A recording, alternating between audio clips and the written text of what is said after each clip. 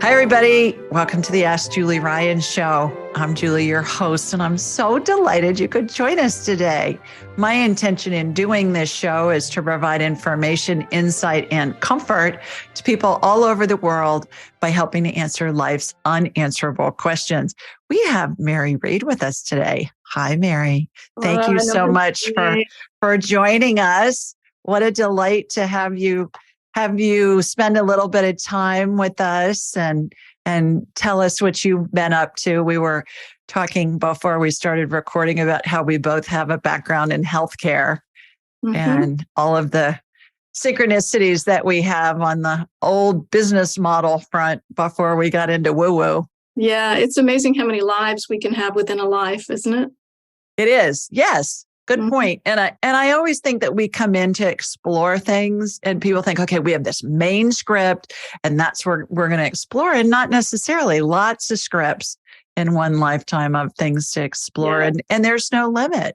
There's no limit. Actually, explore is one of my favorite words. I think the whole point of it is just our exploration of all that we can be, all that we can experience, all there is, all that we are.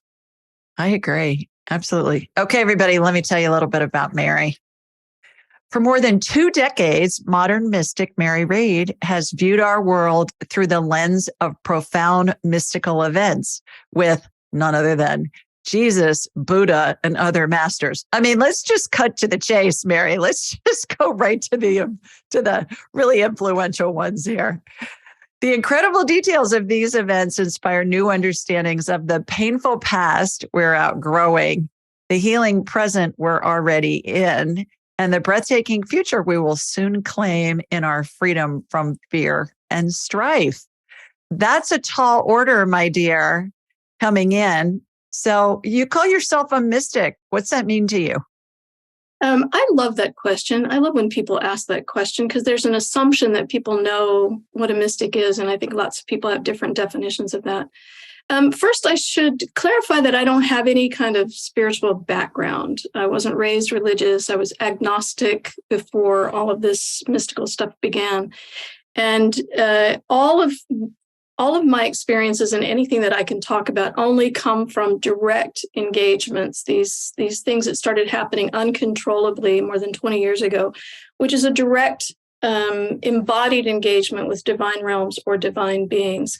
And so for me, that's what mysticism is the direct relationship with divine information or divine realms or divine beings.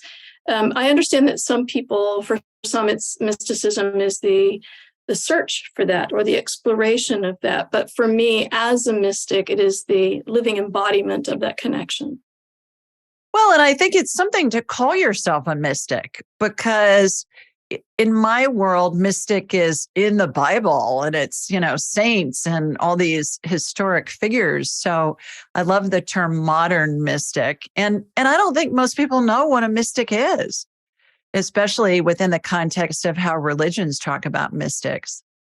Yes, I think I don't have a background in religions, but I think most of them think about mysticism as the search for deeper understanding or connection. But I can just talk about my own experiences, which is the direct embodied which is why my first book is called Unwitting Mystic. I didn't mean to be a mystic. I didn't even know the term mystic until about 10 years into these experiences.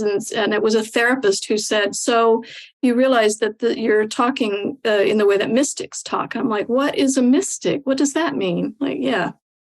So tell us a little bit about your unlikely journey to becoming a mystic. Okay. Well, I haven't told this in so long. It's so nice to talk about this.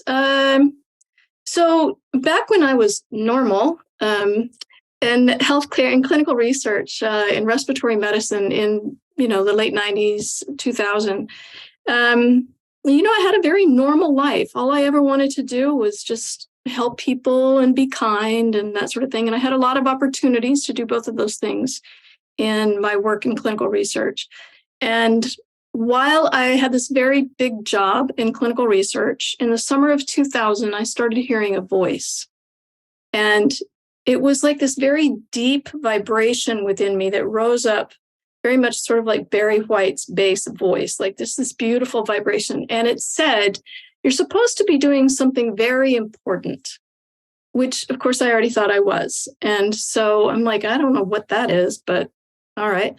And I tried to ignore it, but it just kept coming and it kept coming and it kept coming. And every single time it would say the exact same thing.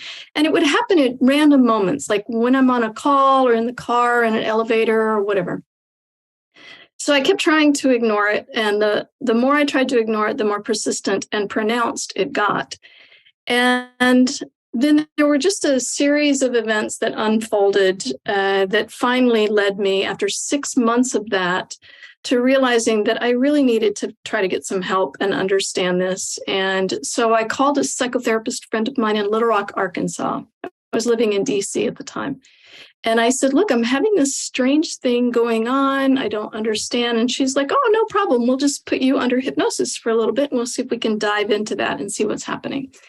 So that's what I did. I went on a weekend. I flew down there, and the first thing that happened in going under hypnosis was I went right into the body and being of Jesus on the cross at the moment of crucifixion. And then I spent 3.5 hours in that scene, just like learning suddenly in an instant all of this information in one fell swoop about humanity's evolution, everything that led up to that, and the paradigm of how humanity operates. Like, it was massive and completely out of the blue. I had no connection to any religious information or teachings or Jesus or anything at all.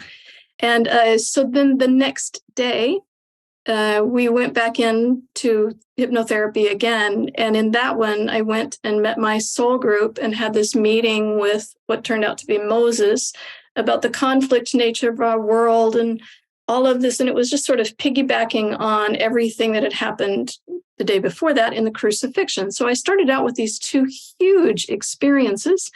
And then I had to fly back to my office in DC and be normal. And as you might imagine, it was just like, that is really wonky. So I really had a great deal of struggle because I was living in two very discordant worlds. One was this normal world that by comparison is so complicated and so cruel and so confusing and just constant effort. And it just felt like a lot of strife. And these other worlds where the information was so easy and so accessible and so compassionate and loving, and I couldn't balance these two worlds. And then I started having these mystical experiences just randomly on my own in lots and lots of different iterations, going into different realms, meeting different beings. And the information just kept piling up and piling up. And I'm like, what do I do with all of this? What does one do with all of that really profound information? So in my normal world, I started trying to get help with that. So I went to therapist after therapist after therapist after therapist, and then Reiki practitioners and shamans and allopathic doctors, and then back to the therapist. And nobody could help me. Remember, this is 23 years ago, before I even understood what the word consciousness meant relative to this kind of thing.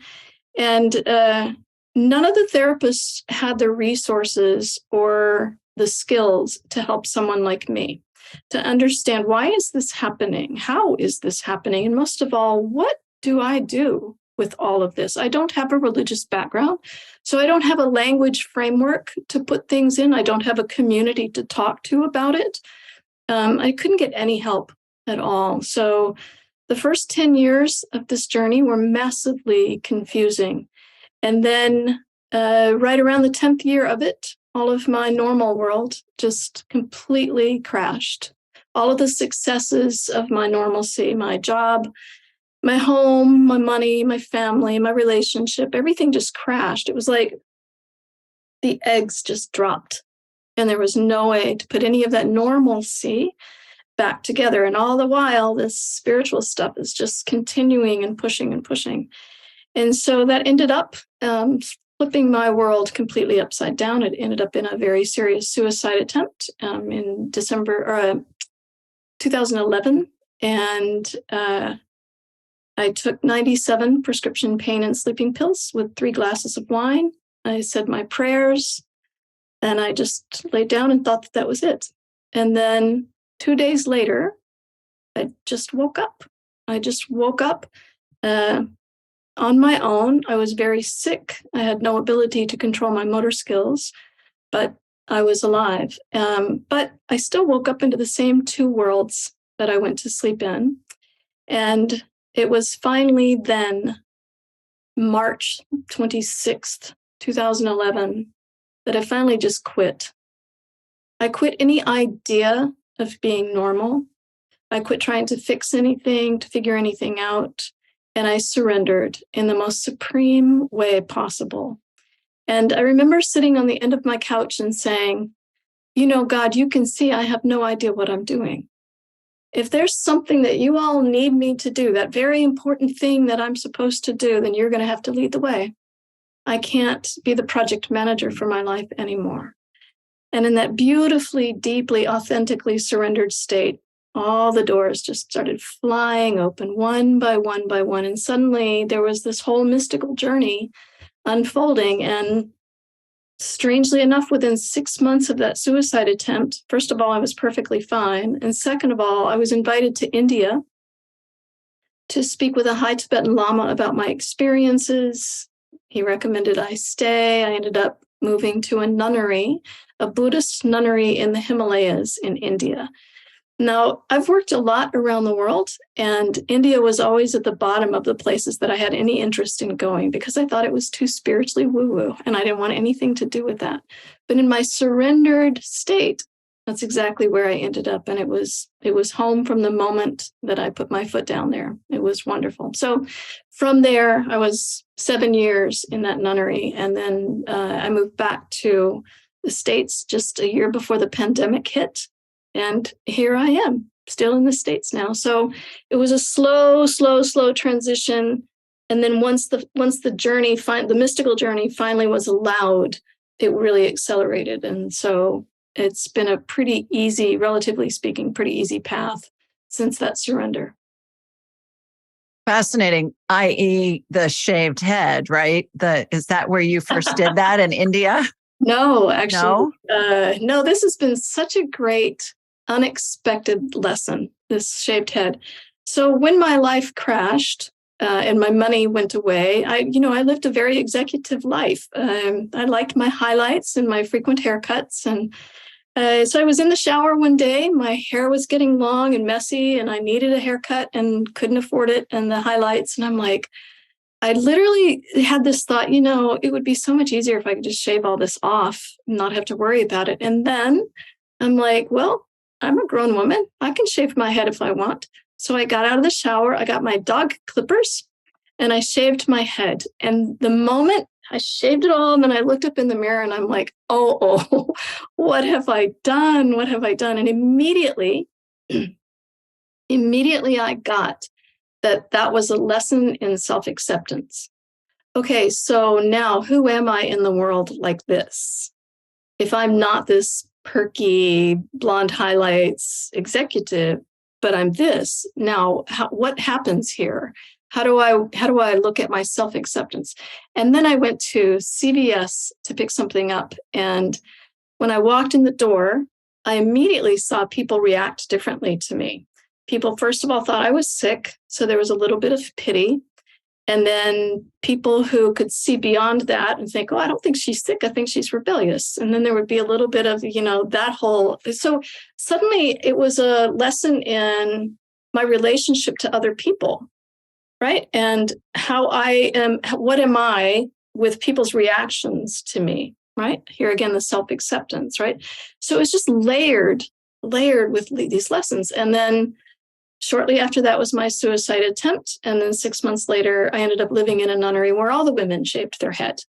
And then we could all, as women, have the conversation about what it is to be a woman without all the beauty standards, right? Really stripped naked in some ways. And to talk about who we are in the world in a very raw kind of way. And I only got there because I just happened to have shaved my head on a whim one time. And so I've kept it shaved ever since. It's just a simpler way of life. Fascinating. Back to your first hypnotism experience, you got some serious divine downloads. I call those divine downloads when you get that coming in. I'm interested in the dichotomy and interested in your thoughts about you show up in experiencing Jesus on the cross, and then your next sentence and all the horror that went along with that from a human perspective. And then you go into all the love and compassion and all of the wonderful things about humanity. I think that's a really interesting dichotomy, that was what you pulled in. And that was the first thing that you saw. And then you went into, okay, here's the real story. What are your thoughts on that? Yeah, so in the crucifixion event, it was really fascinating because actually I saw love from a very, very different angle. I saw it from a deeply pure Christ consciousness perspective. And so, first of all, I was in the body of Jesus before he died. So I was feeling his emotions, and he was having such deep compassion for all that led up to that moment, and particularly compassion for the people who had caused the event in the moment. That was who he had the deepest compassion for, because he knew that at some point they're going to realize the impact of their actions, and they're going to have enormous pain. And so he was feeling that there wasn't even anything to forgive. So it's not like there was forgiveness. He just had this pure, deep compassion for all that led up to that day. But also, when the body of the being of Jesus dies, and I then have the near-death experience of Jesus. I'm literally pulled up out of the body, and I'm hovering above the body, and now I can see and become everybody in the crowd. So I can feel the emotions of everyone who's like filled with grief and rage and anger and sorrow and all, like I can feel it all instantly. But also I can see so clearly that there is a thread that's connecting every single heart there all the way back from the beginning of our suffering and all the way into current day humans. And the source of that thread was a thread of sorrow. The source of that sorrow was our deeply held belief that we are separate from this thing that we call God. And I saw it with such exquisite love, understanding the nature of our suffering through the hearts of every being from the Christ consciousness perspective.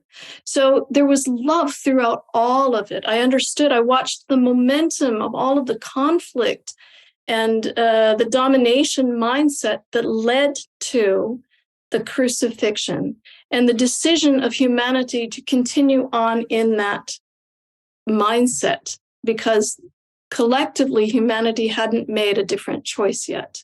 They still wanted a Christ that conquered, not a Christ that healed.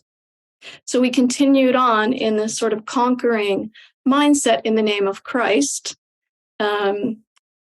not realizing what we were doing, and all of that through this really loving lens. So even though it was a devastating event, I saw it through the lens of love.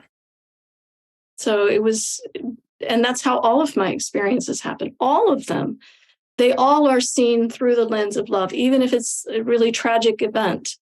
I see it from the divine perspective, and I see all the lessons that are coming out of it, all of the innocence at the core of it, because, we don't, the forgive them for they know not what they do.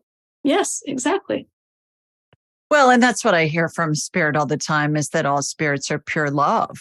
Yes. That's the bottom line. And people say, well, how can that be? How could this horrific thing have happened to my child or my loved one or whomever? And I say, it's not for us in our human minds to understand all of the nuances of it. Just go to, is it feasible that this is benefiting them in some way, this experience, right, and their soul journey throughout all of their lifetimes?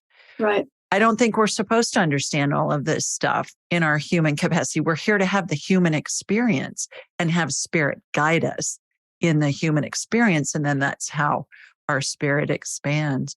I think that, well, if I could just add to that, I think that what the awakening is, the sort of spiritual awakening that's happening, is that we're beginning to embody that divine perspective of all of it, so that because humanity has finally made the decision, the choice to wake up and to go to a more compassionate way of life, so that we can finally see that we don't have to wait until, we're dead to understand all of the lessons, but to begin to see them from the divine perspective through our human iteration. Because as we do that, we begin to react differently to all of the world's circumstances and to our own circumstances, which is how we heal them, which is how we don't continue the momentum of that same mindset. We heal that mindset, and then some other momentum is allowed to take its place. Yeah. Well said. Interestingly enough, too, when you experience Jesus's spirit evacuating his body and looking down and staying attached, but looking down, that's what I see in my mind's eye. I work with many families who have a loved one who's dying, and I see that the spirit separates from the body and hangs on to the top of the head as they're transitioning. So that correlates with what I've seen thousands of times. Oh, and interestingly enough, there's lots and lots of research out there, from near-death experiences to, what happens when somebody's dying, and talking to spirits that corroborate all of that as well. Can anybody be a mystic? Can anybody communicate with spirit? Oh, I think most people communicate and don't realize that they're doing it. Anytime that you have this moment that something beautiful comes out of you and you're like, where did that come from? I think musicians are, channeling that mystical connection. I think if we just change the word mystic to connected, right? Can anybody be connected? Yeah. And you can be in that divine flow, right? It's not that everybody has to be this sort of full-bodied, like I am, in all of these various ways. But I think there's gradations of ways that we're connected that people experience. Artists all the time, performers all the time, doctors all the time, right? There's things that you sort of yield, and this other confidence comes in, or this movement happens through you, right? That sometimes it's a word, sometimes it's a flow of any kind, right? Well, and to your point about the doctors, I am an inventor of surgical devices sold throughout the world, and spent a lot of time in surgery, and also scan a lot of people remotely that are in surgery. And then I'm in touch with their families while they're in the operating room.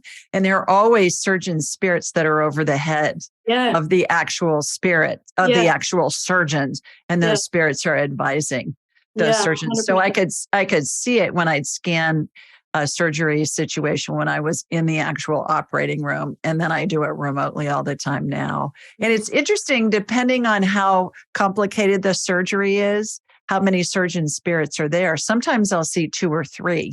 Oh, interesting. Kind of like a group effort that's advising the surgical team, if you will, that's performing the operation. My guess is if you were to, look around, like a mother's comforting a child, right? Whether it's in a hospital setting or, just an emotional moment or whatever, that you'd probably have the same kind of caretaking or nurturing energy or assistance, divine presence there. There's all these kinds of ways that caretaking and that love and that help is happening anytime that we're in a relationship of love, right? A relationship of service, right? I agree. Well, and I teach people how to communicate with spirit. And I say, we all come in with the ability, and it's more of a remembering than a learning from scratch. Would you agree with that? 100%. Yeah, because everything is already within us. We've just, put all of this layers of forgetting on top of that. So I say all the time in my teachings, I'm not telling you anything new. I'm telling you what you can remember, right? I'm just connecting you to things within you in your remembrance. That's why there's a resonance, because you already know it within you. Yeah, absolutely. Why do you think we forget? Well, I don't think that we meant to in the very beginning. I think that there was an orientation. I speak in ways of, in sort of two terms, separation ideology or consciousness, that which has forgotten or believes that it's separate from its source, right? And unitive consciousness, that which remembers or connects to source. And in this separation ideology, a separation ideology is always based in fear. That's how we got there. And if you think about the nature of fear, fear does not unite. Fear is not one that says, oh, come to me. Fear is one that recoils, right? So in our fear-based ideology, whatever, we've done this, and we just went right into a recoiling mindset, a non-uniting mindset, a separation mindset. And in so doing, we just disconnected from that which we knew, right? And then we built this whole reality that believes we're this separate entity, the separate identity. And this is what is, that veil is thinning, right? As this remembrance comes through, we remember more and more and more, and we begin to have a different relationship with that fear, so that we're not identified so much with that fear as bringing the fear along in the awakening process, so that we can remember and still honor the fear, because we're not going to reject any part of it now, which is what we've been doing, right? We're letting fear know what it is to unite with love. And that's never been something that we've done, ever. Well, and what I teach is that most fear is irrational. 99.9% of it's irrational. We're hardwired for fear as humans, and we need to be, so that we can survive and live the human experience. But when we figure out that this is an irrational fear, this isn't going to hurt us or kill us, then we can move forward, and we create out of knowing what we don't want. It helps us create what we do want. Mm-hmm. So I find that it's helpful to be able to feel the fear and then figure out, is this a real fear or is this a fake fear? Mm. And when it's a fake fear, a lot of the time you laugh, because we'll say, oh my God, no, I'm not going to die if I'm 10 minutes late for an appointment, although it feels like it, because our bodies have gone into fight or flight. And what I believe is that, and what I've witnessed and teach, is there are techniques to keep us out of that so that we can move forward. And each experience expands our spirit, because we don't really get it until we experience it. Right. I like to use the analogy of learning to drive. You can watch a movie, you can ride in a car with somebody else driving, you can read a book, but until you're behind that steering wheel, you don't really get it. And I believe that that's our soul's path too, is we really get it when we experience it. That's right. And certainly you have as well, with everything that you've been through on your journey. If I could just say something about the relationship to fear, because I teach about embrace of fear, and because we have a history of trying to overcome or reject or conquer our fear, which is just it's a form of self-rejection. Fear is a part of us. It's a part of our nature, a part of our experience. So we're just keep trying to reject that thing that's never gone away, right? It's never gone away. So that's not working. So I teach about the difference between embracing and indulging, right? That we can embrace our fear and bring it along on the journey, but that's not making it be responsible for our journey. And that's the indulging. When we indulge our fear and let fear make the decision for us, right? I use this example of where I used to live in the Himalayas, about an hour down the mountain range, was where they had the World Paragliding Championships. And the way that works is that you're up on this beautiful peak, and you've got an Indian guy strapped to your back, and he's got a parachute strapped to his back, and the two of you take off running, and you just leap off a cliff. Now, we can be afraid. We can have that nervous exhilaration, but we're still going on that journey. We're still leaping off in nervous exhilaration, going, woohoo, still trusting the journey. That's embracing our fear. Yes, I'm afraid, and I'm going to go. I'm going to take the leap. But indulging our fear is the thing that won't let us run off the cliff.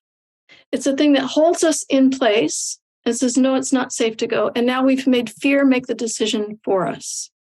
right? So there's the difference between embracing our fear, saying, yep, I see you, still going, and yep, I see you, and now you're going to be responsible for my course here, right? Those are two very different things. And we're used to the first. We're conditioned into the first in all of these ways that we don't even realize. We're conditioned it from the time that we're born into a fear-based reality that tells us to indulge the ideologies of fear, which lead to division and conflict and the need to protect and safety and all those sorts of things. And prudence is very different than fear, right? We can be prudent in the ways of our life, but we don't need to be afraid. We don't have to indulge the ideologies of fear in order to be okay in our life. Well, and I take it a step further in that when we're in fear, we're in fight or flight, and the body doesn't know the difference between a real fear and a perceived fear that's false. And so we lose clarity because from a physiological standpoint, the blood drains from our brain. It goes to our heart and our extremities so we can run away from whatever the threat is, even if it's being late for a meeting. And that's the threat. That's very different from being chased by a saber-toothed tiger. But I always say, don't make a decision when you're in fear unless it's something that's going to harm you or kill you, because you're not thinking clearly. And I find that fear really, being in that fight or flight with fear, really has the ability to skew our rational thinking and our clear thinking. Yeah, it definitely does. When you think about it, fear is the basis of our sense of shame, our sense of unworthiness, our sense of inadequacy, right? Those are all rooted in fear. I fear that I'm not enough. I fear that I'm too small. I fear that I'm not worthy of this. I feel, right? It's in the mindset. We grow up in all of these systems that enforce that. Again, and like education, we fear that we're not enough because we're not achieving enough, right? So that's just a simple example.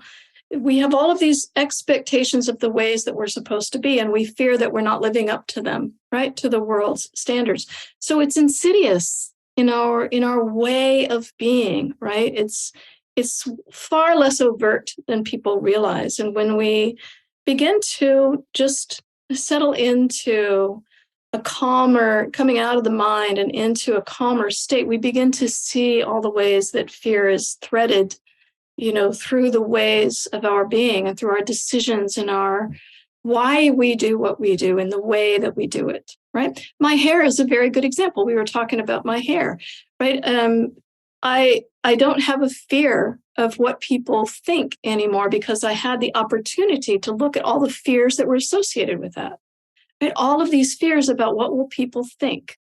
What if this doesn't happen because people are put off or whatever? Like, you get to examine all the ways that fear is making the decisions for us, right? It's sort of taking us by the hand and making us think fearfully about all of these things. And we're coming into a time where we have a different relationship with fear, that we can say to fear, darling, you've worked so hard. Let's let something else take over now. What happens if we let love lead for a while? Let's just see what it's like, right? Everything begins to soften, right? Well, I think a great example of that in today's world is fewer and fewer people are turning into the news to watch all that on TV. And it's all about fear. It's if they can scare you enough, they're going to have more eyeballs watching the show. And the more eyeballs, the more ad dollars that come in because they can charge more for the ads. It's all about the dollar. It's all about the revenue generated. Yeah, fear sells. Yeah. And the old saying is, if it bleeds, it leads. You don't hear a lot of good stuff on the news, or maybe they'll have one story and they'll say, okay, our good feeling story for the night is. But more and more people are turning away from that because it just doesn't serve a purpose to stay in that sense of fear all the time for people who understand that, oh my gosh, this is really what they're doing. They want me to be scared, so I'll watch, thinking I can do something about what they're telling me, even though it's on the other side of the world. And it's all about the ad dollars. Mm-hmm. Or that I should do something. There's so many shoulds in there. But it's not just the news. It built into our storytelling paradigm. Every movie requires a conflict arc. every movie requires a conflict arc. A conflict is that thing that causes tension. There's a fear of this happening, or here comes the bad guy, here comes this bad issue. Where's the guy? This is the conquering mentality. That conflict arc is required in books and movies to create that tension. So we're just conditioned into it, and it's our entertainment, right? We're entertained by drama in the news, or drama in, the storytelling paradigms, even in a song, right? It's just threaded through all of this kind of stuff. It's threaded through religion, right? The moral things that you're supposed to do, right? We're afraid that we're not going to be enough, or we're not going to earn our way into heaven. Yeah, good points. Speaking of that, the sayings were made in the image and likeness of God, and that we're all a spark of the divine. What do those mean to you, or do they mean anything to you? Well, there can't be anything else. Like, if we are not expressions of God, then what are we? Right? If there's anything other than God, then there can't be God. There's a God that can only do this, and then what's the rest? Right? So it's, in my experiences, in my 23 years of these various kinds of experiences, it's all God. And, let's take, for example, when we pray for something and we want a new job, right? God is the supply. God is the new job. God is the supplier of the new job. And God is the supplied too, right? It's just God, God, God. There's no difference. So we're the expressions of God. We are the God in existence, right? And I talk about this in both my books, Unwitting Mystic and Humanity's Epic Awakening. I talk about this as going into the very first moment of existence with the impulse of God.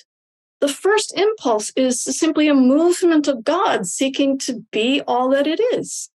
So everything in existence, everything that we're aware of, is God being aware of all there is to be aware of, right? In my experience, God has a cherishing nature as well. So my experience of God is, and of all life and all of us, is God seeking to be aware of and cherish all there is to be aware of and cherish. And we're an expression of that. Which is why when people have a near-death experience and they have that exquisitely blissful experience of God, they're feeling the cherishing nature of God. That is us. I've heard that we're all a fractal of the divine, and that in a fractal, everything holographic is in that little piece of the source. And I thought that was an interesting analogy as well for our human minds trying to understand this, which is, my gosh, people throughout history have been trying to understand this stuff and interpret it, and I believe they will till the end of time. But I thought that the fractal was an interesting analogy. Well, the thing that can come closest to my experience is, you might imagine, a prism, right? A three-dimensional prism that's radiating, right? The light from within that is radiating. So at all points along that radiance is God in its various forms. So the closer you get to the prism, the more pure and high vibration. And then it just goes out and out and out into all of these different iterations, expressions of God, parts of God, right? And I speak about that in a way that our language can afford, but it's actually multidimensional. It's so much more nuanced and subtle and complex than that. But there's nothing outside of God, and it's all some expression of God. I just heard a near-death experience report yesterday. This woman was saying, when she was in these other realms, she was saying, and there's the couch cushion is love. God is love. Love is the couch cushion. Yes, exactly. Interesting analogy. I haven't heard that one before. But it's interesting that you were talking about a prism, because when I think of a fractal of God, that's exactly how I picture it. It's like a prism with all those colors. Yeah. I never thought about it before until you just said it, but that's how I always picture it. It's just like a prism that's refracting all of that, all of those colors of the rainbow, and even some that we didn't even know existed. Yeah. Just in brilliant colors. This is how it's so complicated to talk about these things, because we have a limited range of ways that we can understand and speak about it. But when I see energy, like in an immersive experience, it's very much like looking into a kaleidoscope. You know, a kaleidoscope but it's multidimensional, right? It's not just a single screen here. It's multidimensional. And so there are all these things affecting all these things. And if you change one thing, everything changes, right? So it's a very beautiful kaleidoscopic experience that's playing out in all of these fascinating, wondrous dimensions, right? Far more dimensions than we understand or can talk about. And no LSD involved. No LSD. I've never had a drug in my life. Me neither. But people always say that sounds like an ayahuasca trip or something. I know, yeah. And I'll say, yeah, but just learn how to do this stuff. Remember when you're learning, and you don't need to take any kind of drugs or anything to do that, because it's possible just by getting in touch with spirit and remembering how to do that. You quote a spiritual teacher named Rasha, who says, the God within all life does not seek to be placed on a pedestal, but hopes to be discovered as the source of one's own essence. Please elaborate. Well, I think that quote that you're quoting from the introduction of my latest book, and I love that book. This is the book Oneness by Rasha, which is one of my favorites because it's a channeled work, and it's basically just a narration of what's happening from mostly an energetic standpoint for the awakening, and it's beautiful. But we're talking about in that section that you've just quoted from is about that we're not separate from God, right? That the separation view of God is very different than the unitive view of God. That God is a thing to be known. This is what we're doing, is realizing the God within. Jesus said, Christ is within, the kingdom is within, everything is within. This is what we are. And so that's what, Rasha is very eloquent in her phrasing. And I really love the way that she phrased that it's not a God to be put on a pedestal. On the contrary, that makes it a separation ideology. We've always related to God as an other. And that's the basis of, remember I said I saw that thread of sorrow stretching throughout every heart. Every human heart throughout history has that thread of sorrow, and the source of it is our deeply held belief that we're separate from our source, from our very own divine nature. We believe that we're not that. And so we speak about it as an other. We've related to it as an other. We've written about it as an other. We've been conditioned. It's very, very hard to break that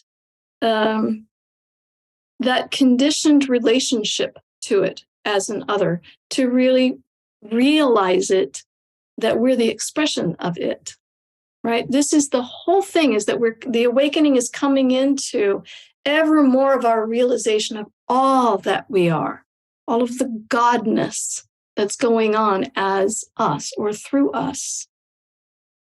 What do you say to people who hear you or are just starting to explore some of this and they say, okay, that's just a bunch of hooey. That's a bunch of nonsense, Okay. Or even blasphemous. How do you respond to people do you even encounter people that feel that way? Or very, very rarely. Yeah. And if you do, what's your response to them? I don't remember the last time that somebody said that's a bunch of hooey. Actually, I do remember one time. I had given my very first retreat. I had been invited to be the guest of honor at a 3-day retreat. And this woman brought her 88-year-old mother. And they were required to read my book, Unwitting Mystic, my first book. And I gave a talk the first morning of the retreat. And at the end of the talk, I asked if anybody had any questions. And this 88-year-old raises her hand and she said, my daughter made me come here. And my daughter made me read your book. And as I was reading it, I said, that's a bunch of hooey. But now that I've heard you speak, I want to know, when is your next book? And oh my God. I love that. So it's been a while since somebody said that. But what I would say to those people is that's okay. I don't ask you to believe. It's an invitation into my own experiences. I'm sharing the truth of my experiences and the stories that they reveal, or the realities that they reveal, or the capabilities that they reveal. And if it's not your cup of tea, that's fine. Leave your blessing on it. That's totally fine, and go about your way. I love you right where you are. You may love me right where I am, or judge me. I don't care. It's perfectly fine. I don't need you to validate the experience. I'm just offering it as a perspective, and you may do as you wish. And invariably, if that happens, I'm absolutely confident that there will come a time where they go, oh, I get it. I get it now. Yeah. I'm sure that you probably have had this yourself. I myself, if I had heard these things 30 years ago, I would have thought, well, that doesn't make any sense at all. I don't even understand what's happening. You hear this from a lot of spiritual teachers, right? Suzanne Giesemann has said that. Paul Selig has said that. I'm sure that you've probably experienced it as well. People talking about these things and you're like, that makes no sense. And now it's like, oh, that makes perfect sense. Yeah. Well, people have, it's very rare that I have somebody say this. And I think that we attract the people that are like-minded that want to talk about this kind of stuff. Yeah. But every once in a while throughout the years, I've had somebody say, well, I'm a skeptic. You have to prove this to me. And I'll say, well, really, I don't. If you want to talk about this, fine. If you want to talk about football or the menu or the weather or whatever, I'm happy to talk to you about whatever. And then I find that they'll come back and they'll say, no, I want to hear your thoughts on it. But I just don't believe that we can talk to spirit. And I'll say, well, do you pray? And they'll say, of course I pray. I'll say, great. To whom are you praying? Jesus, Virgin Mary, God, whomever, saint. I say, great. So do you get answers when you pray? Are you talking to that Jesus or the Virgin Mary or whomever? And they'll say, yeah, I do. And I'll say, okay. So when you're talking with Jesus, does that mean Jesus is sitting next to you on the couch in your living room and you can see him and you can touch him? And well, no. I said, oh, you're talking to a spirit. And you can just see the light bulbs going off, in their heads. And they'll say, but it's not the same thing. I'll say, oh, but it is. And then it's just a different perspective of them looking at the equation of, okay, I've been taught to do this, but I've been raised perhaps in a religion where I can't do it directly. I've got to go through a preacher or a priest or a monk or that's right. Somebody like that. A mediator, right? That's right. Yeah. Right. So I think that's always interesting too. But I wanted to see if you ran into that much and what your response was. No, but look, I live in Washington, D.C., and it's a pretty liberal, I live on the edge in a very funky, cool neighborhood. And it's a pretty, liberal thinking kind of crowd. And they'll be like, whatever, if that's your jam, that's your jam. Yeah. I don't really have much of that around here. Right. And people are not going to be looking at my YouTube or my books or things like that if they're not really, looking for mystical wisdom. Right. They're usually people that are looking for what I'm talking about. Exactly. What do you mean? I will say on an airplane, I will say that I travel a lot. And when I'm on an airplane and I'm just tired and I really want to rest or I want to work. And the person next to me says, what do you do? The moment that I say I'm a mystic wisdom guide, that's the end of the conversation. They don't usually know what they have to say after that. They're like, oh, lovely. Well, enjoy your travels. Oh, that's hysterical. Oh, my gosh. What do you mean by consensus? Oh, that is this is a little group that I channel. So I should mention that, as I said earlier, my journey started in these very big embodied experiences going into divine realms with divine beings. And that continued on for 20 years. And then 3 years ago, 2 weeks into the pandemic, while I was in a meditation session with my friend and co-teacher in Australia, all of a sudden, I was being told to yield, and I could feel something going like this in my throat. And in came this huge stadium-filled collective of divine beings. And when I experienced them, it's like all of these beings in the stadium, and then a tuning fork is hit, and there's like this collective vibration that goes out, and then there's a harmonizing that happens, and then that main vibration is then what I narrate. That's what comes out. And so I said to them, "What should I call you? Like, what do you want to be called?" And they said, "You may call us consensus." And they said that's not to be confused with finding the lowest common denominator and calling that a consensus. On the contrary, it's the highest note that's possible in any given moment.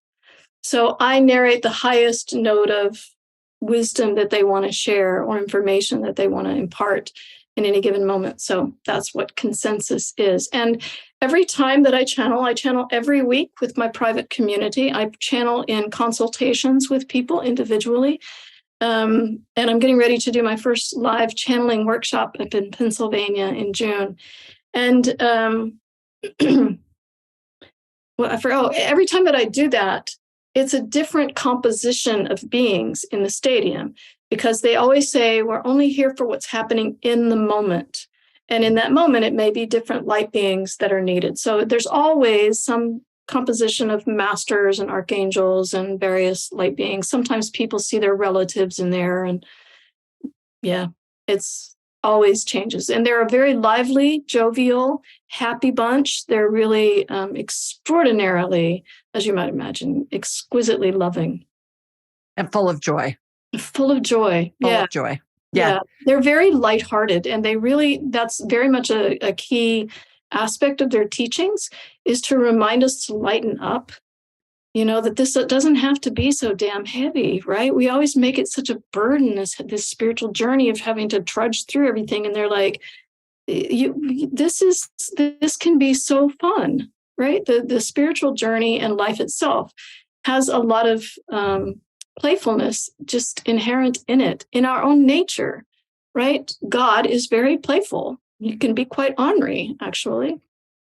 I agree. I've had people over the years say to me, "You're so flippant about all of this spiritual stuff." And I'll say, well, spirit is pure joy, pure love. We're supposed to have fun when we're involved with it. And it's just a joyful experience. Even if I'm talking to somebody who's really sick and I'm doing a energetic healing, spirit working through me and with me to help facilitate healing, I'll say everything can be healed.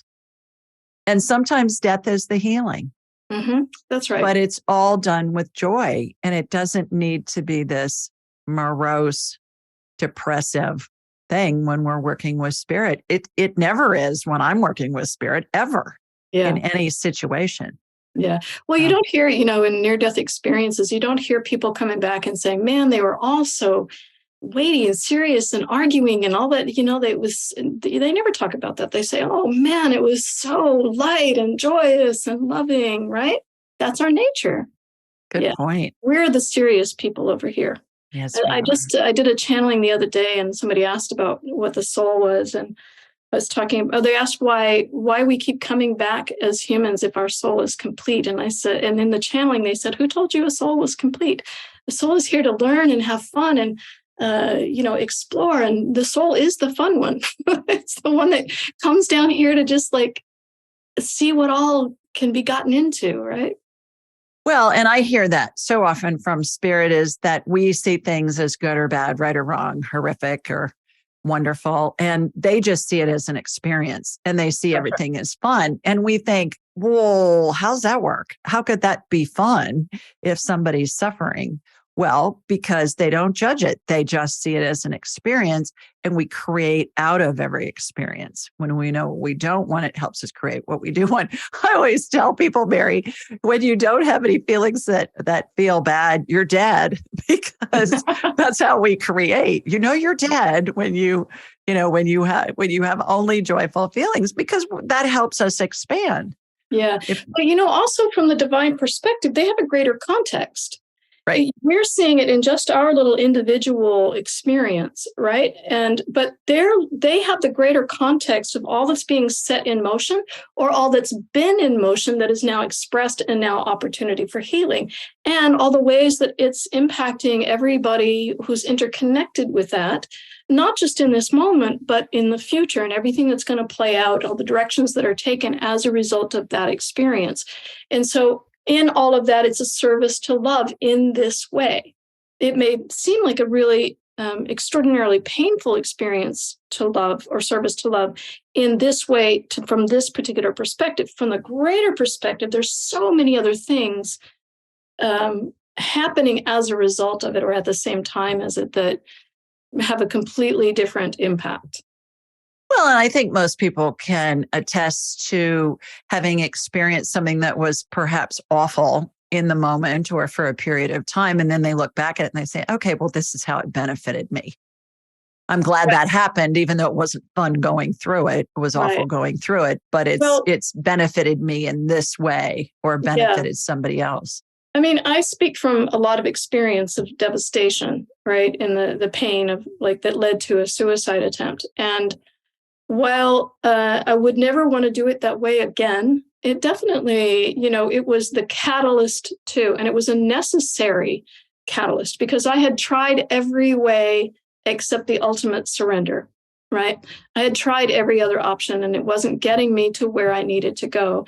And so while we can look back on those situations, they're not always going to be things that were like, oh, I can see the fun in that. I can see the benefit of it, but I will never want to do that way again, right? If I have to choose how to come back next time, I'm not going to choose that. I know now that I don't want to do that kind of that level of devastation. Been there, done that, one and done, right? Yep, check. Yeah, exactly. Exactly. You say healing comes from within. What do you mean by that? All of life is an experience of self-expression. All of life. And where do we experience pain but within us? Where do we experience any healing but within us? It cannot happen anywhere else but from within. And I see healing very much in energy, right? So I see all healing as a changing of our energetic field, right? Untangling the points or the places that is a painful tangle or a knot or a constriction or an obstacle or a block or whatever. And that everything is happening in that energetic field within us, right? And as we're doing this, that is what I mentioned earlier, that kaleidoscope, right? That it affects everything. That's our contribution then to the collective field that we're in.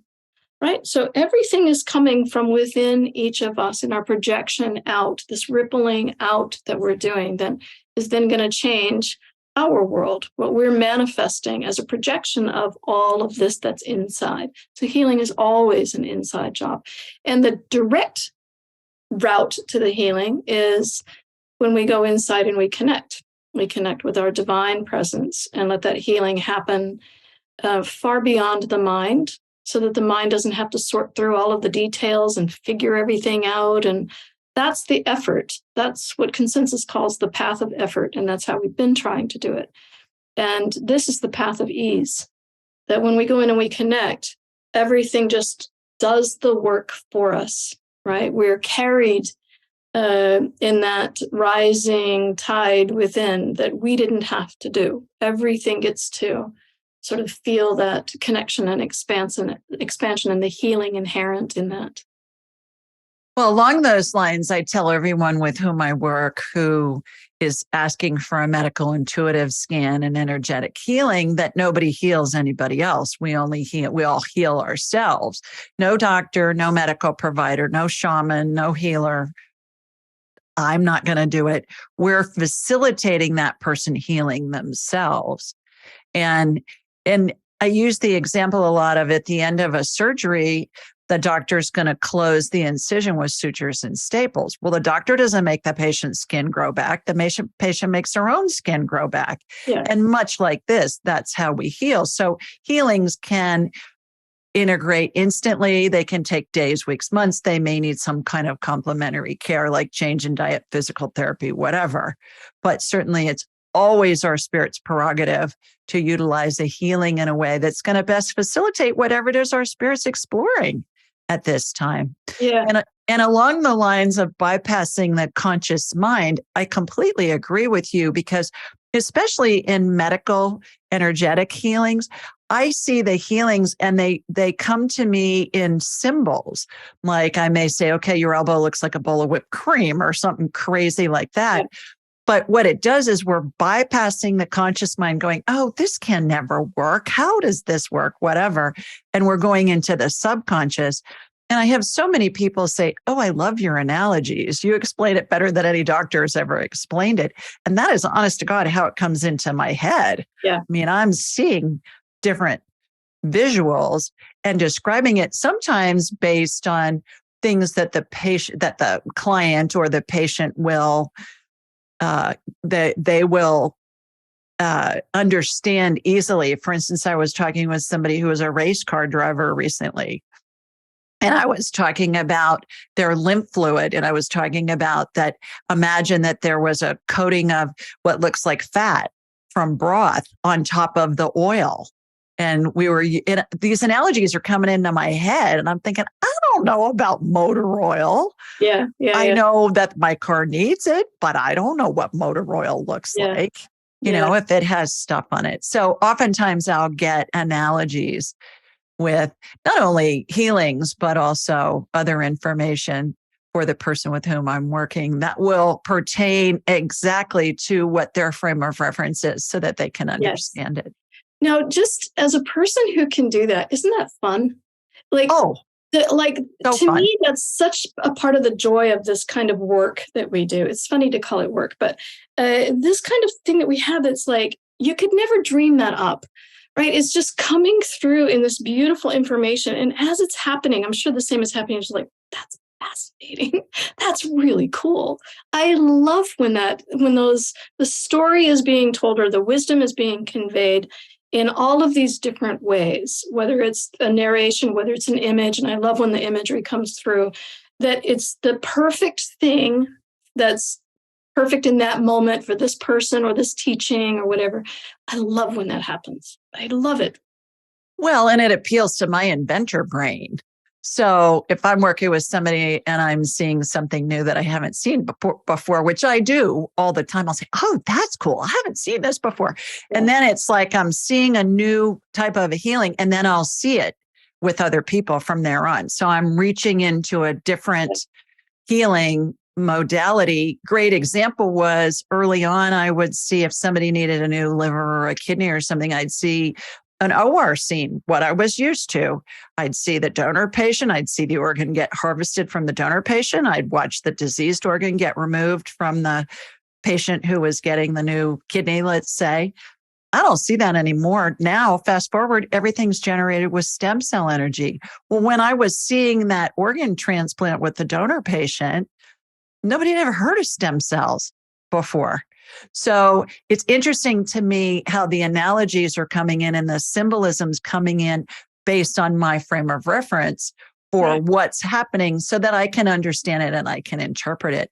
And like you, I would imagine people say to me, well, doesn't this wear you out? And I say, no, it has the exact opposite effect on me. It energizes me. I'm jazzed at the end of a show, or I'm jazzed at the end of the day after I've talked to multiple clients, because it's that high vibration of spirit working through me and with me. 100%. Yeah.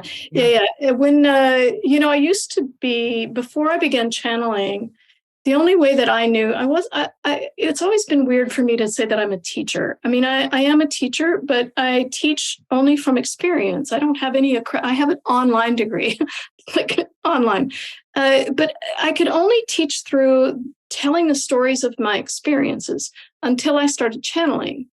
And there's such a difference in, like, I would go and give a workshop or a talk or whatever. And when I would have to do that through organizing it and telling my story and remembering all of the details, I was exhausted afterwards. But when I do something that's a channeling, I'm so high. I'm really stoned afterwards because it's just been this flush of good stuff coming through. It's the same kind of information that's conveyed in one's a personal experience story, and then the other is a narration coming from the divine perspective. But my feeling about it is very, very different. I'm always deliciously high after a channeling. Mm-hmm. Yeah. Well, how can somebody connect with the divine? Does it require meditation? Somebody who's never tried to do this, how do you recommend that they just connect and then they start to experience what you and I have talked about for the past hour? Yeah. Well, first of all, I think everybody's different, and meditation can be such an intimidating word, but it is very helpful to stop the noise, because when you think about, you have to be available to the connection, right? So if you're in your thoughts and there's constant things going, and that's what you're listening to and paying attention to, it's like you've got headphones on and you're listening to those thoughts. So you're not available to something else, some other perception, right? So there is great value in finding ways, whatever works for you, to be quiet. And I have several things that I recommend to people. One of the simplest meditations that I find newbies really like, there's a meditation it's a 7-minute visual and auditory meditation called the Great Bell Chant. And it's this beautiful, the imagery is really, the cinematography is gorgeous. It's like a 7-minute meditative movie, basically, with a chant, and there's a narration by Thich Nhat Hanh. It's like a beginner's paradise for meditation. It can just calm all of the senses. So you find things that can get your system acclimated to calming, and then you can just do some exploring. I have a teaching called Meditation Made Easy that's got, tips. It's not how to meditate, but how to get everything ready to meditate, right? Just your whole ideas about meditation shifting. And then, when you're ready, you'll just explore the resources online at, different YouTube channels or different sounds that begin to calm you, or mantras that calm you. Everybody's different, so I don't want to give just one way. My best guidance is to explore what feels good for you, for your system, and then research a little bit more, play with all of the options. And, when you start settling down, then all of the right resources will start coming to you. It'll be the next video that's recommended on YouTube, or some new teacher comes, and then but you have to start in a way that doesn't feel overwhelming. Otherwise, you're not going to do it. But it's the most important thing. And I speak from a lot of experience. When I finally went from being a healthcare executive, trying to figure out how to meditate and whatever, and I was so frustrated with all of that, to going to India, to living in the Himalayas, being silent, worlds apart. Everything shifted. So I know deeply, intimately, the value of quieting everything, and then the flood of perspectives and information and healing available once you do. So start with, the easy stuff. And when you're ready, the right resources will begin to come into your awareness. But that's the most important thing. Be available to the connection. And in the spur of the moment, when you need a quick answer, you just ask aloud or in your head. Is it in my best interest to whatever, ... fill in the blank? You're going to get an answer. It's going to come in as fast as you can snap your fingers. If it feels neutral or good, go with it. If it feels bad, figure out, is it a real fear or a fake fear? Yeah. If you don't have time to meditate. I think that we're at a time right now, we have reached a level in the collective energies where divine awareness is like hovering, like, just let me in, right? Exactly. Just let me in more and more. So the more that you acclimate that habit, right, of asking, of connecting, of waking up and saying, hey, what are the perspectives of my soul in this day? What's the prayer of divine presence through me in this day? May it flow through me with ease, right? Acclimating, because we're used to having those headphones on and just paying attention to our old thoughts. So the opportunity now is to build a whole new library of accessible things that orient us towards that connection.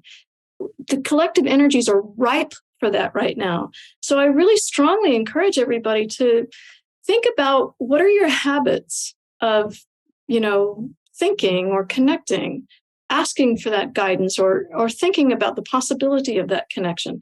And just the diligence of remembering that throughout every day, from the moment you wake up. Hey, what are the thoughts that are available to me from here? What's the guidance that could be coming if I've got this interview or I've got this thing, right? Again and again and again and again, and then allowing the answer, right? There are two parts to that formula: ask and then allow. So often we're asking, we just keep asking, we keep asking, we keep asking, and it's like pushing on a door that says pull, right? At some point you have to let the door open, right? Good point. How can people find you? They can go to lovemaryreed.com. And Reed is R-E-E-D. R-E-E-D, yep. lovemaryreed.com. What a delight you are. Thank you. Thank you for... It's really lovely to meet you. Thank you so much for the invitation. I'm really grateful. It's lovely to know you. Most welcome. Everybody, I'll see you next time. Sending you lots of love from Sweet Home, Alabama, mwah, in the Washington, D.C. area where Mary is. See you soon. Bye, everybody. Thanks for joining us. Be sure to follow Julie on Instagram and YouTube at Ask Julie Ryan, and like her on Facebook at Ask Julie Ryan. To schedule an appointment or submit a question, please visit AskJulieRyan.com. This show is for informational purposes only. It is not intended to be medical, psychological, financial, or legal advice. Please contact a licensed professional. The Ask Julie Ryan Show, Julie Ryan and all parties involved in producing, recording, and distributing it assume no responsibility for listeners' actions based on any information heard on this or any Ask Julie Ryan shows or podcasts.